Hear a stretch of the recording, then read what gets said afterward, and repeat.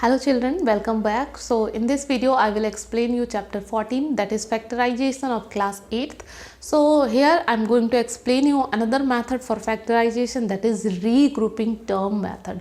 So in this, by the name of this method, it is very much clear that in this method we will make the groups of some term for factorization. So suppose I am taking one of the example for regrouping, to explain regrouping method. So suppose my question is 2x square minus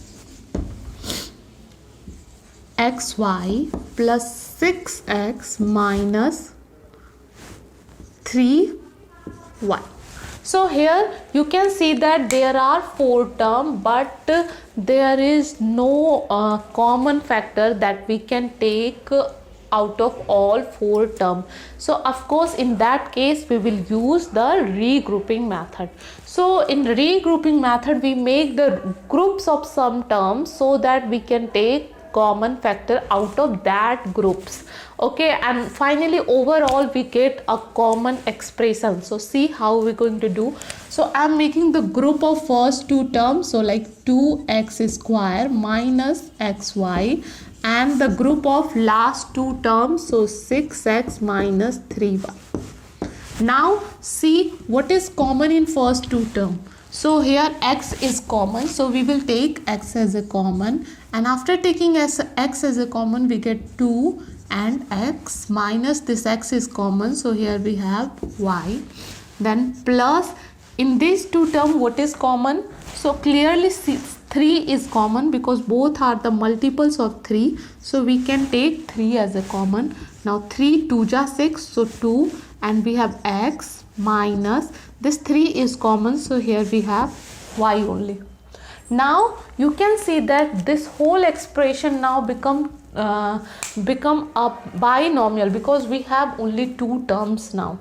Now in these 2 terms something is common. What is that common? So this brackets are common because 2x minus y, and here also 2x minus y. So this bracket is one of the common factors. So we will take that common factor.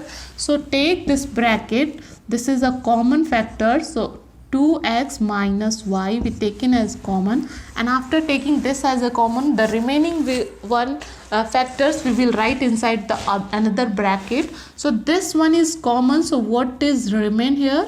It is x. Then now in second term this whole bracket is common, so what we get after that? Plus 3. So now the factorization is done because we already represented this whole expression in the form of multiples of 2 factors.